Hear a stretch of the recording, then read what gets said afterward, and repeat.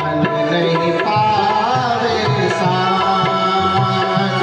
बोलो राम राम राम, बोलो राम राम राम, बोलो राम राम राम, बोलो राम राम राम, बोलो राम राम राम, बोलो राम राम राम, बोलो राम राम राम, बोलो राम राम। प्यारे भक्तों, जैसे इस तन रूपी शरीर को साफ करने के लिए नाना प्रकार के हम लोग साबुन का इस्तेमाल करते हैं, उसी तरह से इस मन रूपी चंचल मन को शांत करने के लिए, एकाग्र करने के लिए भगवान नाम के संकीर्तन का सहारा लेते हैं और कहते हैं, जो राम नाम के साबुन से मन का मैल छुड़ाएगा। राम नाम के साबुन से जो मन का मैल छुड़ाएगा। निर्मल मन के दर्पण में श्री कृष्ण के दर्शन पाएगा। बोलो राम राम राम, बोलो राम राम राम, बोलो राम राम राम, राम नाम के साबुन से, जो राम नाम के साबुन से, ये मन के साबुन से मन का मैल छुड़ाएगा। निर्मल मन के दर्पण में श्री कृष्ण के दर्शन पाएगा। बोलो राम राम राम, बोलो राम राम राम, बोलो आज प्रथम दिवस की कथा का शुभारंभ होने जा रहा है और श्रीमद् भागवत कथा आपके घर में विराजमान है, तो सब लोग हाथों को ऊपर करके श्रीमद् भागवत कथा का स्वागत करेंगे और हमारे साथ सब लोग बोलेंगे। कहना है क्या? स्वागत करो शरणागत करो, स्वागत करो शरणागत करो। देखो आई है, देखो आई है भागवत जी, सब मिल स्वागत करो। देखो भागवत जी सब मिल स्वागत करो। देखो आई है भागवत जी, सब मिल स्वागत करो। देखो आई भागवत जी सब मिल स्वागत करो। स्वागत करो शरणागत करो, स्वागत स्वागत करो शरणागत करो। स्वागत करो शरणागत करो, स्वागत। स्वागत करो शरणागत करो। दोनों हाथ ऊपर। वो देखो आई है भागवत जी, सब मिल स्वागत करो। देखो आई है भागवत जी सब मिल स्वागत करो। देखो आई राधा रानी जी, सब मिल स्वागत करो। देखो देखो आई राधा रानी जी सब मिल स्वागत करो। स्वागत करो शरणागत करो, स्वागत स्वागत करो शरणागत करो। स्वागत करो शरणागत करो, स्वागत। स्वागत करो शरणागत करो। देखो आए हैं,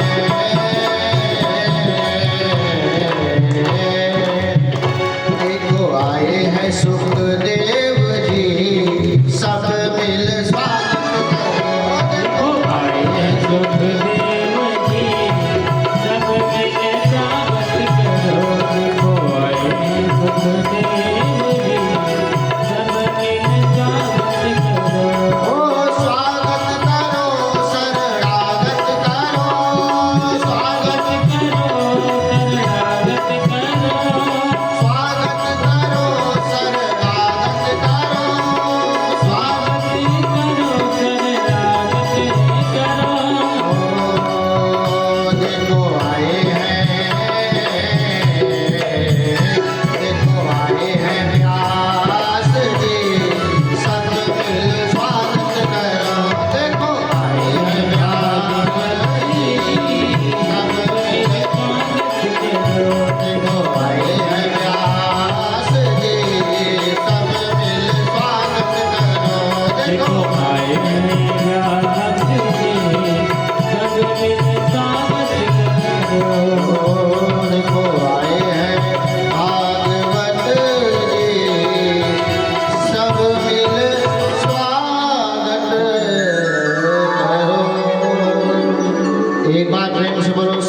भागवत महापुराण की, श्री बांके बिहारी लाल की, श्री राधा रानी सरकार की, श्री गिरिराज धरण की, श्री राघवेंद्र सरकार की, श्री कनक बिहारी लाल की, श्री हनुमंत लाल की, श्री संत समाज की।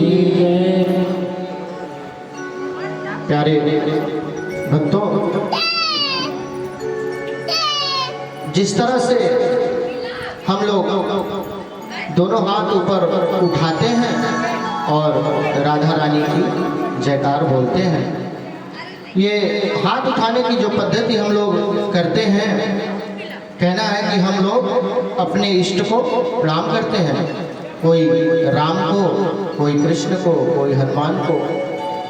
इसीलिए हम सब लोग बोलते हैं राधे राधे राधे कृष्णा। और इस संसार रूपी भीड़ में हम लोग फंस चुके हैं। जैसे कोई गाड़ी अगर जाम लग जाता है, फंस जाती है, तो उसको हटाने के लिए, आसपास करने के लिए हम लोग दोनों हाथों का सहारा लेकर कहते हैं कि आप मुझको साइड दीजिए, हमें हट जाना है।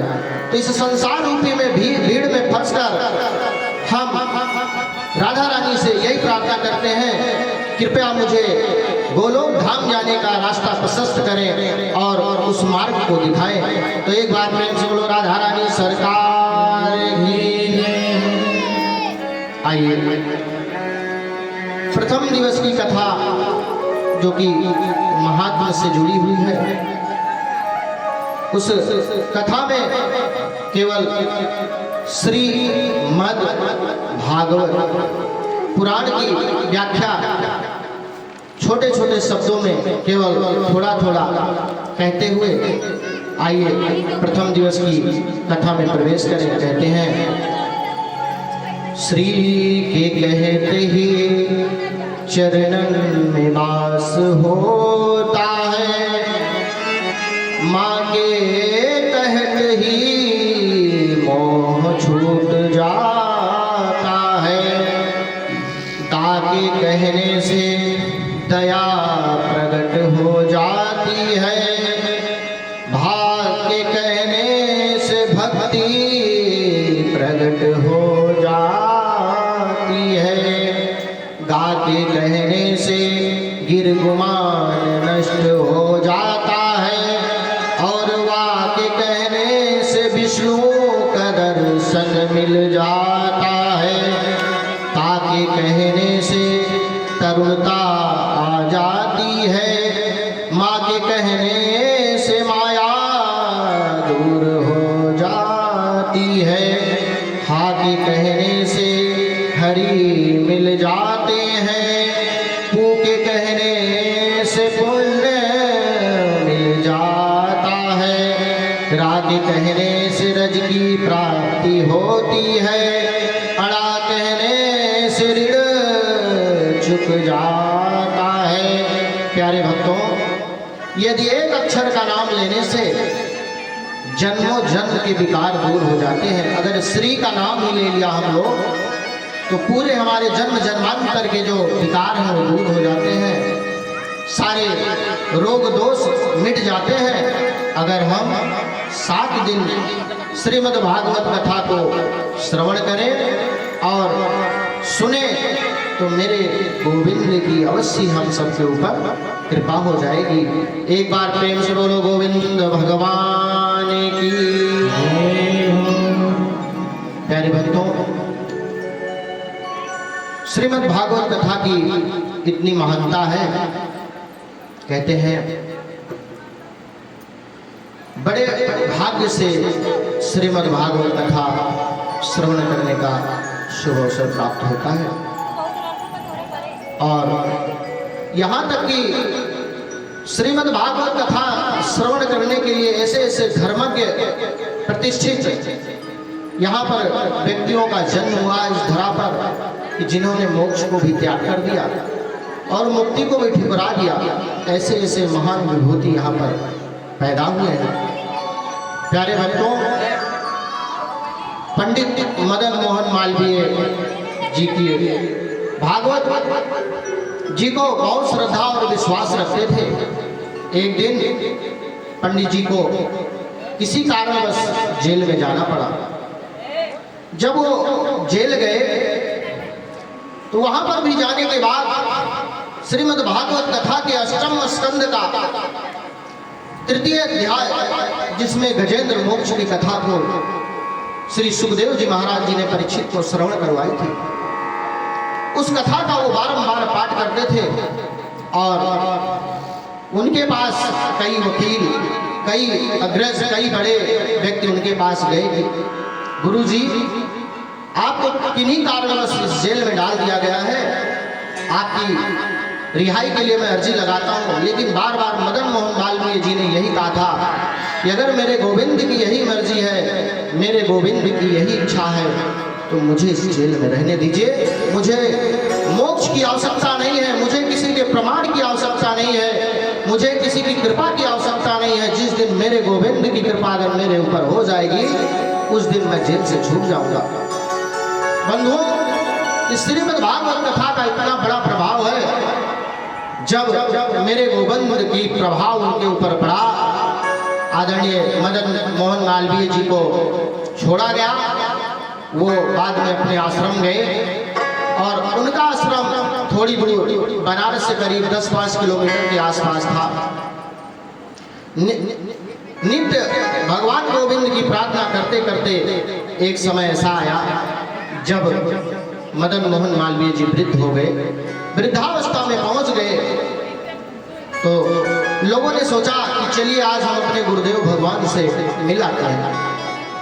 उनके शिष्य मालवीय जी से मिलने गए और कहा, प्रभु, यहाँ से थोड़ी दूर बनारस है, आपका अब शरीर त्याग हेतु हो गया है, तो आपको मोक्ष और वैकुंठ, अगर आप बनारस जाएंगे तो वहाँ पर स्वयं भोलेनाथ है। अगर भोलेनाथ की कृपा आपके ऊपर होगी तो आपको जरूर ही मोक्ष प्राप्त होगा। मदन मोहन मालवीय जी ने बार बार मन में यही विचार किया और कहा कि हे गोविंद, हे नारायण, अगर मुझे मोक्ष चाहिए भी तो मुझे एक ही मोक्ष देना।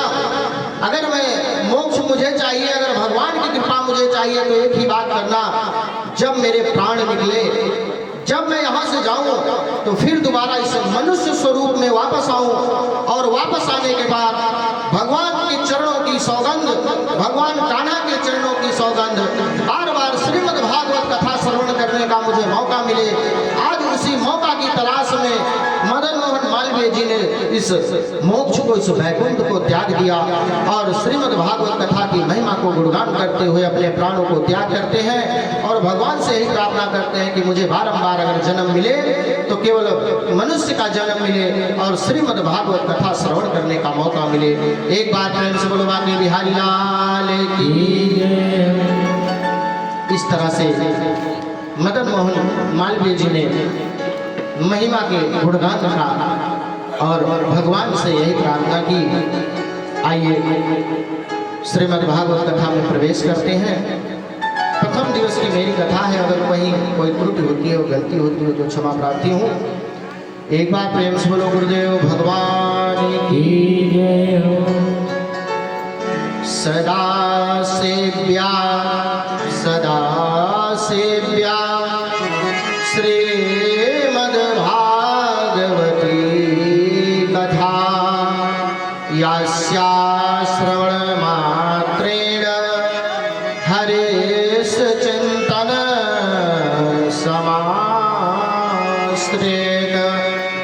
प्यारे भक्तों, भागवत जी को साक्षात भगवान श्री कृष्ण का वामांग कहा गया है, स्वरूप माना जाता है।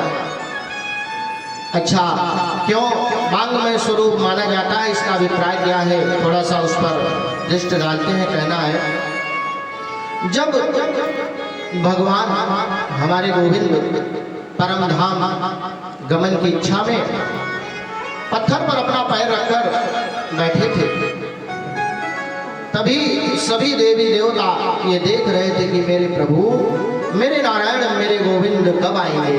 समस्त देवी देवता ये इंतजार कर रहे थे कि मेरे गोविंद का दर्शन कब होगा। और आएंगे तो हमारे धाम होकर जाएंगे और हमारे धाम को पवित्र करते हुए जाएंगे। बार बार सब यही मन में मनोकामना करते हुए समस्त देवी देवता आस लगाए बैठे थे।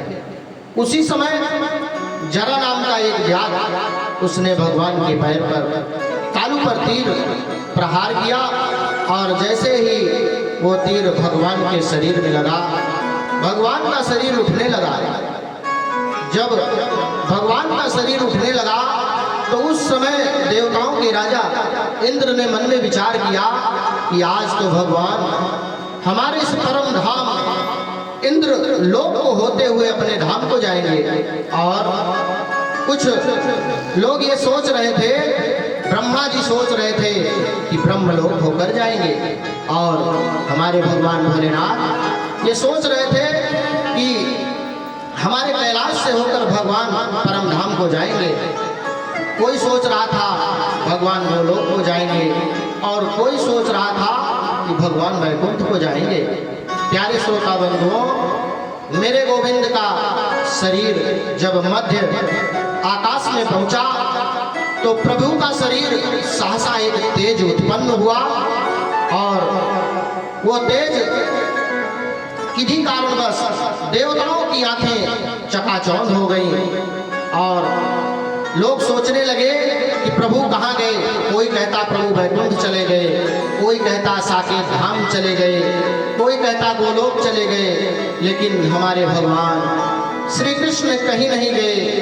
वो तो तेज धरती पर आया और साक्षात श्रीमद् भागवत महापुराण में समाहित हो गया, अर्थात विलीन हो गया। लेकिन भागवत को श्री कृष्ण का वांगमय स्वरूप इसीलिए कहा जाता है, जो वो भगवान का तेज पुंज था वो किसी स्थान पर नहीं गया। देवता जितने भी थे वो मन में सोच रहे थे कि हमारे स्थान को भगवान जाएंगे, लेकिन भगवान का वो तेज सीधा आकर श्रीमद् भागवत कथा में समाहित हुआ और उसी के कारण इस श्रीमद् भागवत कथा को भगवान का वामन स्वरूप कहा जाता है।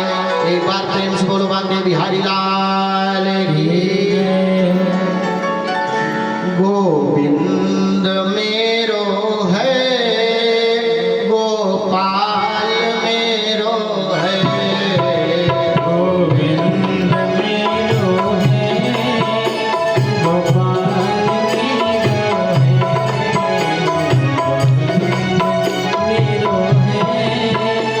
गोपाल मेरो है। गोपाल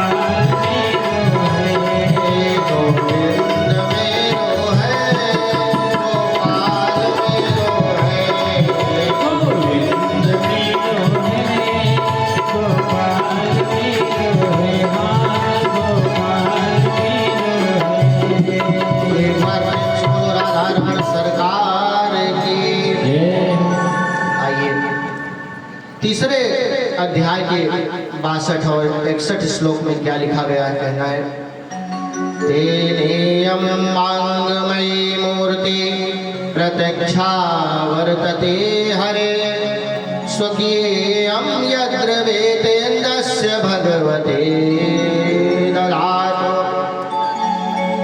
प्यारे भक्तों, वो स्वरूप भागवत में प्रवेश कर गया, ये पद्म पुराण का प्रमाण है।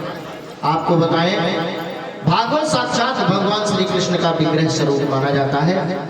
हमारे ब्रज में एक अच्छे संत हुए थे जो कि भागवत के बहुत बड़े प्रेमी थे और भागवत कथा के बहुत बड़े भक्त थे और अच्छे कवि थे। उन्होंने भागवत जी के ऊपर बहुत सी सुंदर बात कही है। कहना है क्या, श्री भागवत भगवान तुम श्री कृष्ण के अवतार हो। श्री भागवत भगवान तुम श्री कृष्ण के अवतार हो। श्री भागवत भगवान तुम श्री कृष्ण के अवतार हो। श्री भागवत भगवान तुम श्री कृष्ण के अवतार हो। श्रुति वेद शास्त्र करो कि तुम सुखद फल रस सार हो। श्री भागवत भगवान श्री कृष्ण के अवतार और भक्तों के लिए क्या लिखा, कहना है जो भागवत को नित पढ़े और उसका हृदय भाव पार हो। जो भागवत के नित पढ़े हो उसका एक अवतार हो। उसका भाव से पार हो। और कहते हैं क्या, श्री कृष्ण के दर्शन मिले, श्री कृष्ण के दर्शन मिले और भाव से बेड़ा पार हो। श्री कृष्ण के दर्शन मिले और भाव से बेड़ा पार हो। श्री भागवत भगवान तुम श्री कृष्ण के अवतार हो। श्री भागवत भगवान श्री कृष्ण के अवतार हो। प्यारे भक्तों, कहते हैं कि श्रीमद् भागवत कथा के अंदर 18,000 श्लोक पाए गए हैं। अगर हम 18,000 श्लोक का पाठ नहीं कर सकते तो 4 श्लोकों का अगर पाठ करें तो पूरी श्रीमद् भागवत कथा का हमको फल प्राप्त होगा। मात्र अगर 4 श्लोक ऐसे दिए हैं, उन 4 श्लोकों का हम पाठ करते हैं तो पूरी संपूर्ण श्रीमद् भागवत कथा का फल प्राप्त होगा, जिसे चतुश्लोक की भागवत कहा जाता है। श्री सुखदेव जी ने परीक्षित को बताया था कि चारों श्लोक क्या है। एक एक श्लोक मैं आपको बोल के बता रहा हूँ। अहमेवास्मेवाग्रे नान्यदेयद सततदपरम् परश्चादत्यते तस्य योगशिष्येत सोऽयस्म्यहम् तृतीयर्थयत प्रतिमेत न प्रतीते चात्मनि तदिरुमानो मायां यथा भासो यथा तमा तद्विद्यादात्मने यथा माहन्ति भूतानि भूते भोजस्वे स्मरो प्रविष्टान्यां प्रविष्टानि तथा ते सुनते स्वयं। और चौथा श्लोक है एतादेव जिज्ञासस्यं तत्त्वजिज्ञासुनात्मनः अन्यादिव्यतिरिक्ताभ्यां यत् स्यात् सर्वत्र सर्वदा। ये जो 4 श्लोक हैं, विष्णु जी ने ब्रह्मा जी को, और ब्रह्मा जी ने नारद जी को, और नारद जी ने वेद व्यास जी को दिया, और वेद व्यास जी ने श्री सुखदेव जी को सुनाया था। इन श्लोकों का पाठ करने से पूरी भागवत का हमको फल प्राप्त हो सकता है। प्यारे श्रोता बंधुओं, आइए हम लोग श्रीमद् भागवत कथा में प्रवेश करें और प्रथम श्लोक का हम लोग गुणगान करें। सब लोग भगवान के नाम का गुणगान करते हुए प्रथम श्लोक को हमारे साथ बोलेंगे। सच्चिदानंद रूपाय विश्वोत्पत्त्यादि हेतवे तापत्रये विनाशाय श्री कृष्णाय वयं नुमः। बंधुओं, ये श्रीमद् भागवत कथा का पहला श्लोक है। इस श्लोक में भगवान के 3 चीजों का वर्णन किया गया है। एक तो भगवान की क्रिया का वर्णन किया गया है, और दूसरा भगवान की कृपा का वर्णन किया गया है, और तीसरे में भगवान दिखते कैसे हैं और भगवान का स्वरूप कैसा है। चारों श्लोक को श्री सुखदेव जी महाराज परीक्षित को सुनाते हुए इस प्रथम श्लोक को श्रवण करवाते हुए कह रहे हैं क्या कि भगवान का हमारे स्वरूप कैसा है।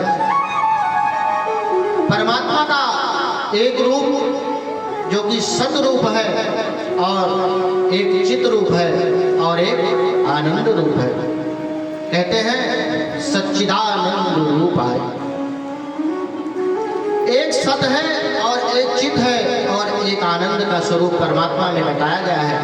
सत का तात्पर्य हम समझते हैं, कहते हैं सत वो है जो जगह जगह कण कण में विद्यमान है।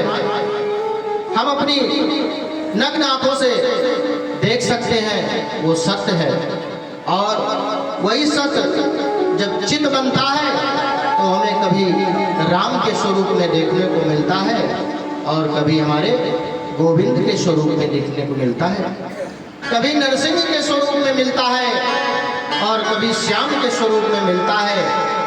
अलग अलग अवतारों को लेकर जब वो परमात्मा आता है तो चित कहलाता है, और जब वो शक्ति स्वरूपा के रूप में आती है तो चिति कहलाती है। एक बार प्रेम से बोलो जगदम्बे भवानी की जय हो।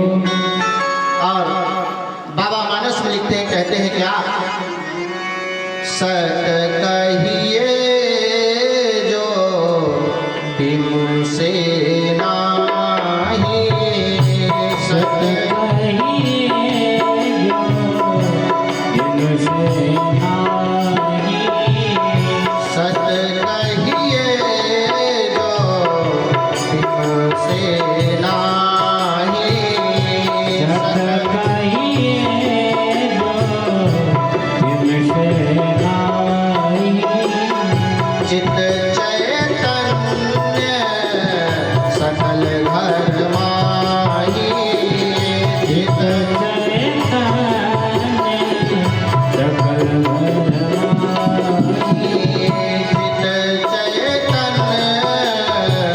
सकल घर माही, चित चैतन्य। दोनों हाथ ऊपर उठाइए।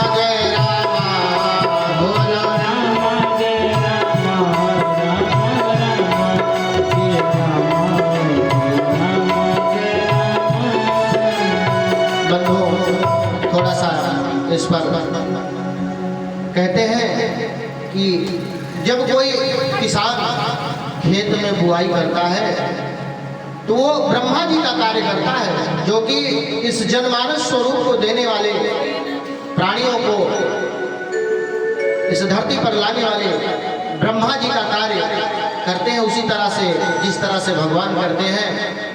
अगर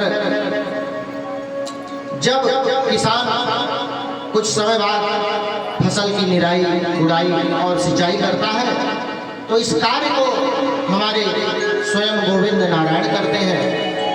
और वही किसान जब इस फसल को काटता है, अर्थात हम सबको मोक्ष की दिशा में ले जाने का कार्य हमारे परम श्री महादेव का कार्य होता है।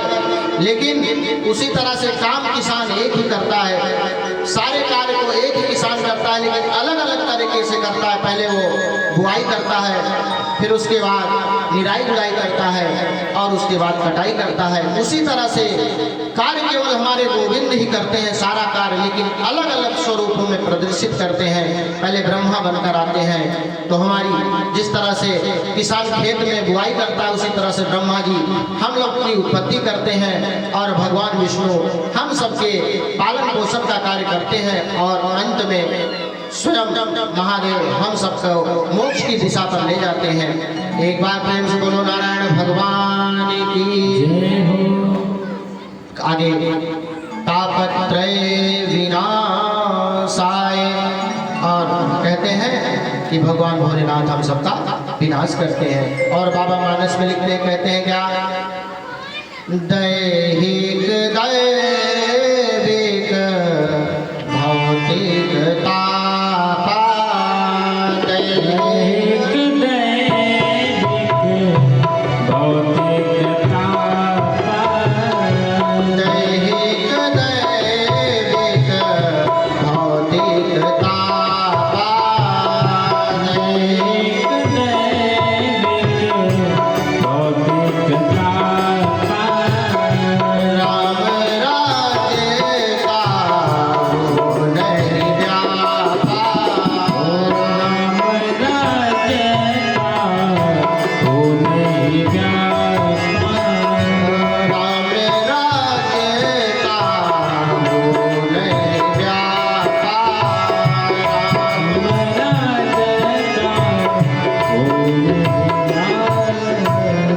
प्यारे भक्तों, कहना है भगवान हमारे इन तीनों तापों का नाश करते हैं। आपको बताएं, परमात्मा इन तीनों तापों का नाश करने के अलावा सभी जीवों पर अनवरत कृपा की वर्षा करता है।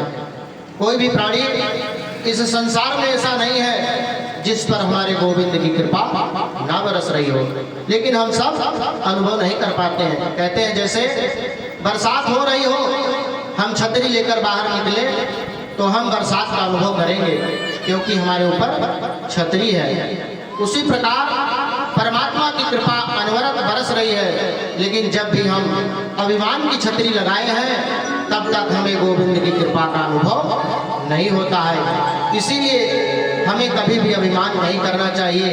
आपको बताएं, भगवान की कृपा हमारे ऊपर अनवरत बरस रही है पर हम अनुभव नहीं कर रहे हैं। कह रहे हैं क्या, उनकी कृपा में कोई कमी तो नहीं, उनकी कृपा में कोई कमी तो नहीं, उनकी कृपा में कोई कमी तो नहीं, उनकी करुणा में कोई कमी तो नहीं, उनकी करुणा में कोई कमी तो नहीं, उनकी हो क्षमता में कोई कमी तो नहीं, उनकी ममता में कोई कमी तो नहीं, उनकी हो ममता में कोई कमी तो नहीं, उनकी हो ममता में कोई कमी तो नहीं। और आइए कहते हैं, सूत सूत महाभाग वदनो वदताम्बरम तथा भगवते पुण्यम यदा भावतुच्छिता। प्यारे श्रोता बंधुओं, श्री सूत जी आप जैसे चिरंजीव होने का आशीर्वाद हम सबको श्रोता को देते हैं और हमारी लंबी आयु की कामना करते हैं और श्रीमद् भागवत कथा की कृपा हम सबके ऊपर हो। इसी से श्लोक के माध्यम से आइए हम सब लोग कथा में प्रवेश करें। नैमिषे सूतमासीन मभिवाद्य महामतिम कथा मित्रसा स्वादा कुशला सौनको वक्त्रवेद। महाभागवत श्री सुखदेव जी का ध्यान नैमिषारण्य की पावन भूमि में श्री सूत जी महाराज शौनक ऋषियों के साथ ये मंगलमयी कथा सुना रहे हैं और 88,000 ऋषियों के मध्य में शौनक जी प्रधान श्रोता बनकर सबकी प्रतिनिधित्व कर रहे हैं और आयु में जो छोटे हैं ऐसे भी सूत जी महाराज व्यास गद्दी पर सुशोभित हो रहे हैं। शौनक जी की आयु में बड़े हैं पर वृद्ध होकर भी श्रोता बनकर बैठे हैं। इनकी विशेषता यह है कथामृत रसा स्वाद कुशला। भागवत की कथा का अमृत पान करने के लिए कुशल प्यारे श्रोता बंधुओं 88,000 ऋषि तपस्या करने के लिए सत्संग करने के लिए नैमिषारण्य क्षेत्र में एकत्रित हुए। नैमिषारण्य क्षेत्र एक बहुत ही पावन एवं पुनीत क्षेत्र है। वो क्षेत्र पवित्र क्यों है? क्योंकि एक बार सभी ऋषियों की इच्छा हुई कि वो पृथ्वी पर मंगल परिक्रमा करें और तपस्या करें, लेकिन उन्होंने पूरी पृथ्वी पर भ्रमण किया और उन्हें कोई ऐसा पवित्र स्थान नहीं मिला कि जहां पर वो सत्संग कर सके और भगवान की कथा को गुणगान कर सके, जहां पर तप कर सके और सत्संग भजन कर सके।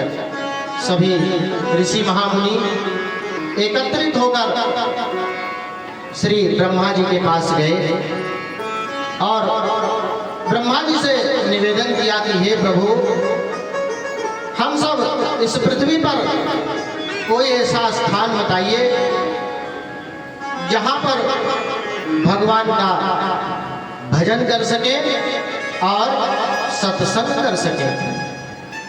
तभी ब्रह्मा जी ने सभी की बातों को सुनकर मनोमय चक्र छोड़ा और कहा जहां तक ये चक्र जाए और जिस स्थान पर ये घिरे उसी स्थान को पवित्र मान लेना।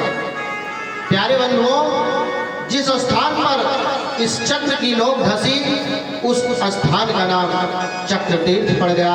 एक बार प्रेम से बोलो चक्र तीर्थ स्थान की, गोविंद भगवान की, श्री कृष्ण गोविंद हरे मुरारी, हे नाथ नारायण वासुदेव, श्री कृष्ण गोविंद हरे मुरारी, हे नाथ नारायण वासुदेव, हे नाथ नारायण वासुदेवा, हे नाथ नारायण वासुदेवा, हे नाथ नारायण वासुदेवा, हे नाथ नारायण वासुदेवा, श्री कृष्ण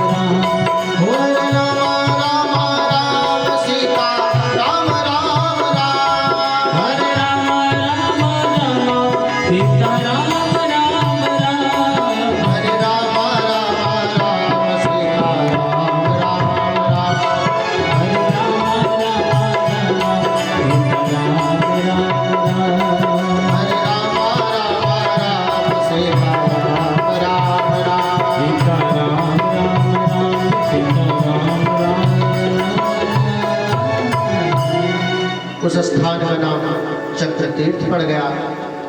नैमिषीयते यत्र नैमिषः, और अलग अलग संतों का मत है। कुछ संतों और पंडितों ने कहा कि नीम का वृक्ष अत्यधिक होने के कारण, वो घना जंगल होने के कारण उस क्षेत्र का नाम नैमिषारण्य तीर्थ पड़ गया। नैमिषारण्य क्षेत्र में 4 वेद, 6 शास्त्र, 18 पुराण की कथा श्री सूत जी महाराज शौनकादि ऋषियों को श्रवण करवा रहे हैं। एक बार प्रेम से बोलो सूत जी महाराज की जय हो। नैमिषारण्य क्षेत्र सभी क्षेत्रों में, सभी तीर्थों में दूल्हे के स्वरूप में माना जाता है। और इस बात को बाबा मानस में लिखते हैं और कहते हैं क्या, तीरथ मिस विख्याता, तीरथ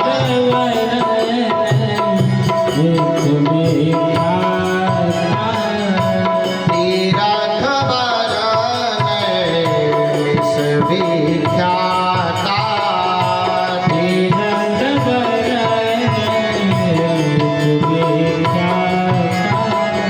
अति पुनीत साधक सिद्धिदाता,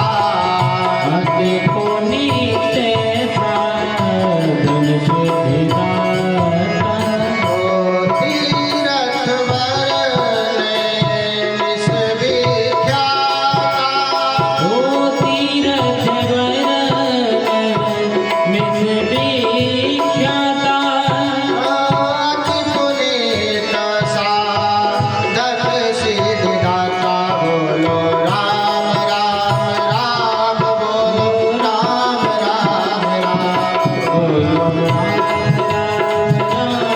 बोलो राम राम राम, बोलो राम राम राम। अब नैमिषारण्य तीर्थ में शौनकादि ऋषि बैठे हैं। श्री सूत जी महाराज से व्यासपीठ पर बैठे हैं और कथा श्रवण करा रहे हैं। शौनकादि ऋषियों को सूत जी महाराज बता रहे हैं। सबके चरणों में प्रणाम किया। शौनकादि ऋषि गणेशवान मानकर बैठे और मुख्य श्रोता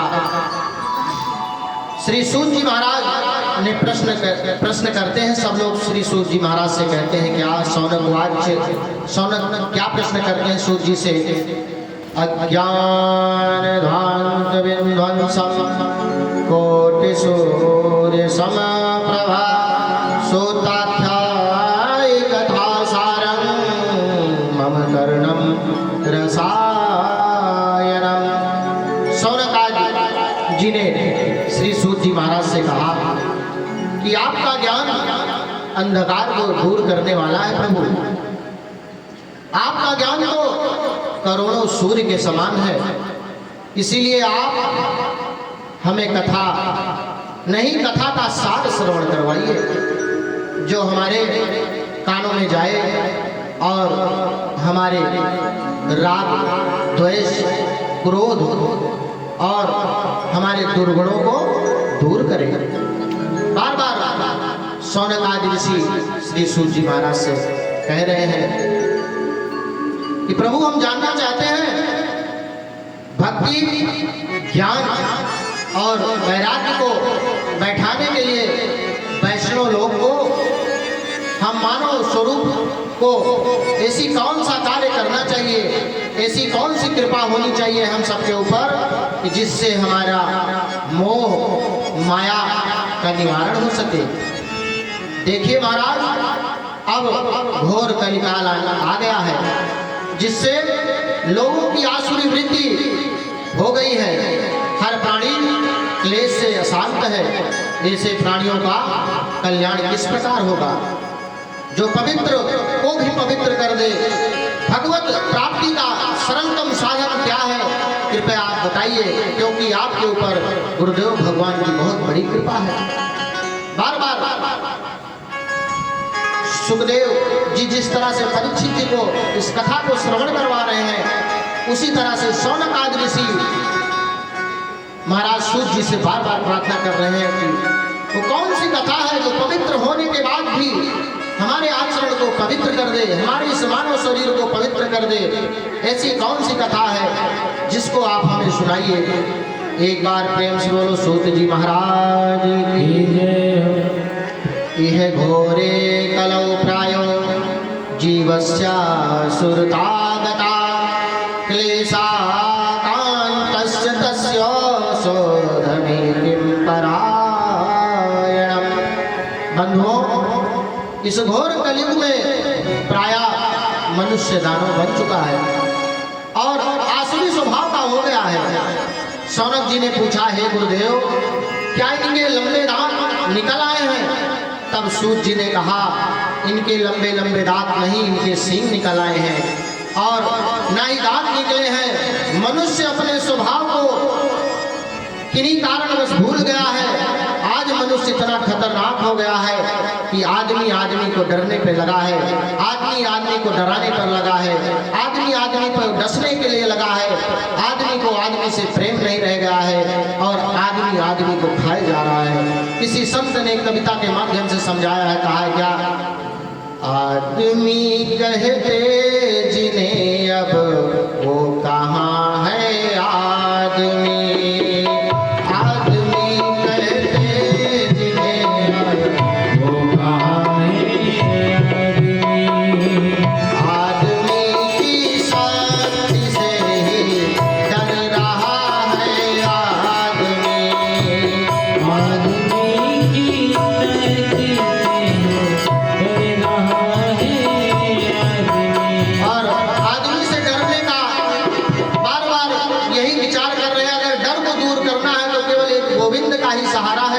उस नारायण का सहारा है। सब लोग उस गोविंद का नाम लेते हुए करिए, गोविंद मेरो है, गोपाल मेरो है, गोविंद मेरो है, गोपाल मेरो है, गोपाल मेरो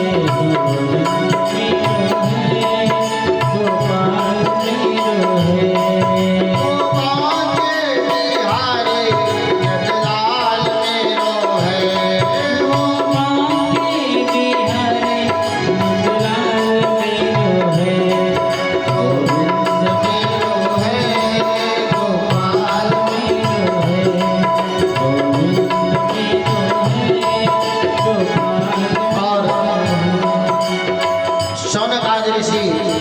श्री सूत जी से प्रार्थना कर रहे हैं और गोविंद से ही प्रार्थना कर रहे हैं। कह रहे हैं क्या कि हे प्रभु, मैं आपकी शरण में आया हूँ, आपके सम्मुख बैठा हुआ हूँ, आपकी कृपा हमारे ऊपर हो तो भगवान गोविंद की कृपा होगी।